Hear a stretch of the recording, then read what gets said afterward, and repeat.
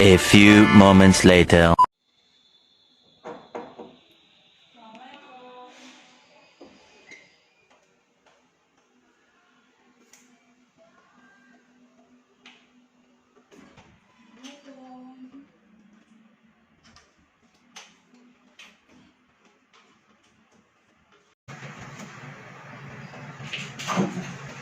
Silakan duduk, Mbak. Sebentar ya, Mbak, saya ambilkan minum dulu. Mbak.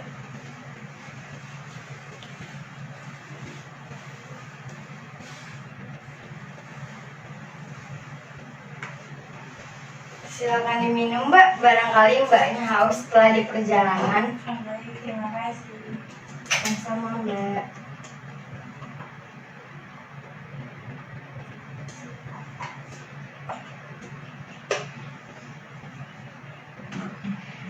Sebelumnya mohon maaf, dengan Mbak siapa ya? Ya, perkenalkan nama saya Indri. Baik, Mbak Indri, perkenalkan nama saya Ayu. Mbak bisa panggil saya dengan sebutan Mbak atau Ibu? Ya, saya panggilannya Mbak aja. Iya, silakan. Sepertinya Mbak membutuhkan bantuan saya ya, sehingga Mbak datang ke sini. Iya Mbak, saya dapat rekomendasi dari teman saya terkait tempat ini, katanya bisa mendapatkan solusi menyelesaikan masalah. Berarti Mbak sudah paham ya tujuannya untuk datang ke sini itu untuk apa? Iya Mbak. Sebelumnya saya mau ucapkan terima kasih karena Mbak sudah datang ke sini. Apakah sebelumnya Mbak Indri sudah melakukan proses konseling, Mbak? Belum pernah Mbak. Oke, karena Mbak Indri belum pernah melakukan proses konseling sebelumnya, saya akan menjelaskan terlebih dahulu sifat dan proses konseling itu seperti apa ya, Mbak? Baik Mbak. Nah, jadi konseling itu adalah proses pemberian bantuan profesional yang dilakukan oleh konselor kepada klien yang mengalami masalah. Nah, tujuan dari proses konseling ini adalah untuk mengentaskan masalah yang dialami klien agar klien dapat menyelesaikan permasalahannya, memperoleh perkembangan yang normal, mental yang sehat, dan diharapkan konseling ini mampu untuk mengentaskan kehidupan efektif sehari-hari yang terganggu. Nah, selain itu dalam proses konseling ini ada yang namanya asas-asas, Mbak. Yang pertama itu ada asas kerahasiaan. Asas kerahasiaan ini di mana konselor itu harus mampu menjaga, memelihara informasi atau data yang diberikan oleh klien. Selanjutnya ada asas kesukarelaan, di mana saya di sini sebagai konselor harus secara sukarela mendengarkan cerita dari Mbak Indri. Terus selanjutnya ada asas kekinian. Asas kekinian ini di mana Mbak Indri memberikan informasi atau data terkini yang up to date gitu, Mbak, bukan data yang ada di masa lalu. Nah, selanjutnya itu ada asas kemandirian. Asas kemandirian itu diharapkan Mbak Indri ini setelah melakukan proses konseling mampu mengenali diri sendiri dan lingkungannya, kemudian mampu untuk mengambil keputusan secara tepat dan bisa mewujudkannya. Apakah sudah bisa dipahami, Mbak, atau ada yang ingin ditanyakan? Sudah jelas Mbak, terima kasih atas penjelasannya. Sama-sama ya, Mbak. Oh ya, sebelumnya dalam proses konseling itu juga ada yang namanya janji konselor, Mbak. Janji konselor itu apa nih Mbak? Nah, jadi janji konselor itu adalah di mana saya Pinuri Syafati Ayu sebagai konselor bersedia menerima, memelihara, dan menjaga informasi atau data yang Mbak Indri berikan kepada saya. Saya tidak akan menyebarluaskan hal tersebut kepada halayak ramai. Nah, selanjutnya dalam proses konseling itu ada yang namanya sesi konseling, Mbak. Dimana dalam sesi konseling itu biasanya dilakukan 30 menit sampai 45 menit. Adapun jika permasalahan yang diceritakan belum selesai atau belum tuntas, itu kita bisa menjadwalkan di pertemuan lanjutan, Mbak. Apakah ada yang ingin ditanyakan, Mbak? Maaf Mbak, izin bertanya, bagaimana sesi konseling dilakukan lebih dari waktu yang ditentukan? Apa bisa? Sebenarnya bisa-bisa saja, Mbak. Tapi tujuan adanya dari sesi konseling itu supaya proses konseling yang dilakukan bisa berjalan dengan efektif. Oh begitu ya Mbak. Oke baik Mbak. Ya Mbak, setelah ini saya akan mendengarkan cerita Mbak Indri, kemudian mengevaluasi dan membuat jadwal pertemuan ulang jika memang diperlukan ya Mbak. Baik Mbak. Oke baik, tampaknya Mbak Indri ini sedang gelisah ya Mbak. Ada masalah apa Mbak kalau boleh tahu? Nah, jadi gini Mbak, saya kan sekarang kelas 12. Nah, itu untuk menentukan ke depannya saya bingung mau ngambil ke kuliah atau pekerjaan. Soalnya kalau kuliah, saya nggak mau nerusin di jurusan multimedia yang sekarang Mbak. Saya mau juga keluar jalur aja gitu. Akhir-akhir ini saya jadi udah fokus Mbak sama permasalahan saya ini. Tidak fokus seperti apa ya yang Mbak Indri maksudkan?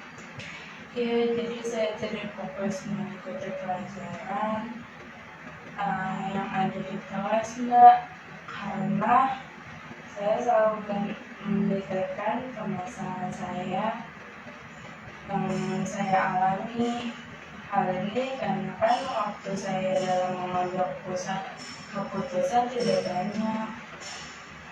Apakah sebelumnya Mbak Indri pernah membicarakan hal ini kepada orang tua Mbak Indri? Sudah Mbak. Lalu bagaimana respon dari kedua orang tua Mbak Indri dalam menyikapi hal tersebut? Pada orang tua saya tidak menutup itu, tapi saya juga bingung kalau orang tua saya masih keputusan itu. Saya masih bingung untuk menentukan jurusan kuliah. Saya juga belum tahu banget minat saya yang cocok untuk kita kuliah itu apa ya Mbak. Sebelumnya, apakah Mbak Indri pernah melakukan tes kepribadian atau tes IQ, Mbak? Sudah pernah Mbak. Lalu bagaimana dengan hasil tes tersebut, Mbak? Hasil itu saya mendapatkan rekomendasi dari hasil tes tersebut itu mengarah ke pendidikan atau pekerjaan yang berhubungan dengan bidang sosial seperti psikologi, BK, humas, dan lain sebagainya. Apakah dari salah satu bidang tersebut ada yang Mbak minati? Kayak, oh saya kayaknya suka nih atau tertarik dengan jurusan tersebut gitu Mbak. Ada sih Mbak, saya tertarik mengambil jurusan psikologi karena Saya sempat mencari tahu bahwa jurusan ini tuh sangat relate banget sama kehidupan sehari-hari. Apakah Mbak Indri sudah pernah membicarakan hal tersebut kepada kedua orang tua Mbak Indri? Sudah, Mbak. Kemudian apa respon dari kedua orang tua Mbak Indri setelah mengetahui program studi yang Mbak minati ini? Alhamdulillah, kedua orang tua saya mendukung untuk melakukan hal tersebut. Dan kedua orang tua saya juga membiayai saya, membiayai saya sampai akhir lulus kuliah. Tapi saya masih mengalami ketakutan untuk mengambil keputusan ini, Mbak. Oh, alhamdulillah ya Mbak, berarti kalau sudah mendapatkan dukungan dari orang tuanya. Iya, alhamdulillah, Mbak. Sebelumnya Mbak Indri menjelaskan tentang adanya perasaan takut atau ragu gitu ya Mbak. Kalau boleh tahu ketakutan dan keraguan apa yang Mbak alami sehingga Mbak masih ragu dalam mengambil keputusan ini? Ya, Mbak, yang saya takutin itu setelah lulus dari jurusan yang saya pilih, saya tidak langsung kerja, Mbak. Melihat bagaimana jumlah peminat dari jurusan ini, itu banyak sekali.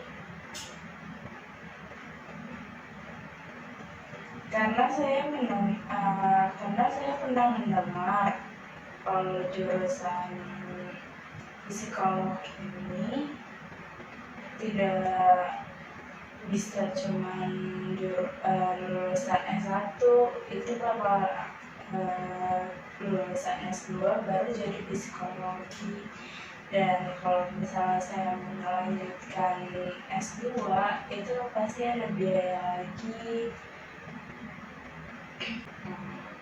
Saya juga merasa jadi beban kalau melanjutkan S2. Jadi saya masih ragu untuk mengambil jurusan ini, Mbak. Mohon izin ya Mbak, terkait dengan berita yang saya dengar tersebut,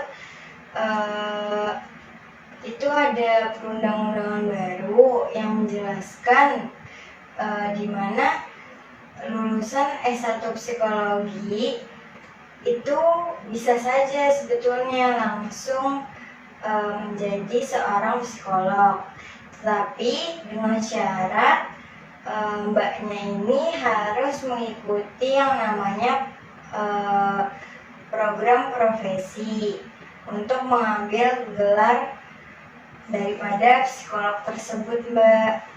Oh, jadi informasinya terbaru ya, Bu? Iya, Mbak.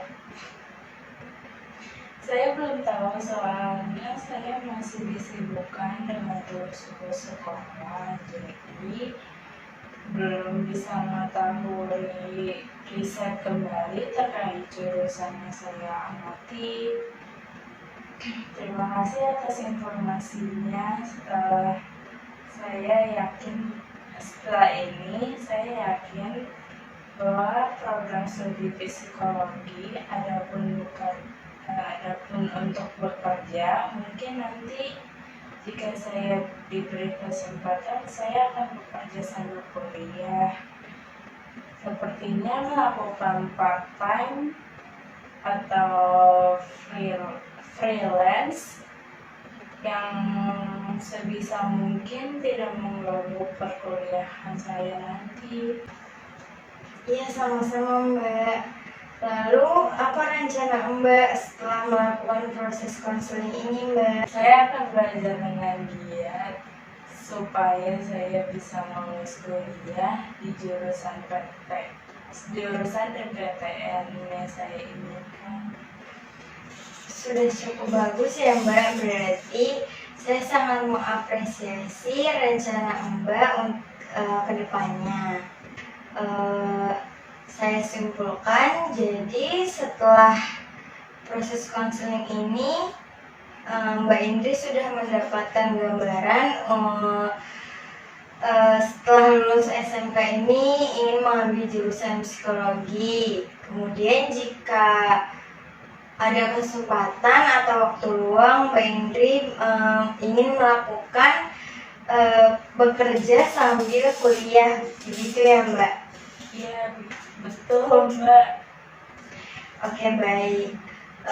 Apakah masih ada permasalahan yang ingin dibahas, Mbak? Sepertinya untuk hari ini sudah cukup Mbak. Mungkin nanti saya akan kembali jika ada permasalahan yang ingin dibahas. Baik. Bagaimana perasaan Mbak Indri setelah melakukan proses konseling ini? Apakah sudah jauh merasa lebih baik, Mbak? Alhamdulillah sudah Mbak.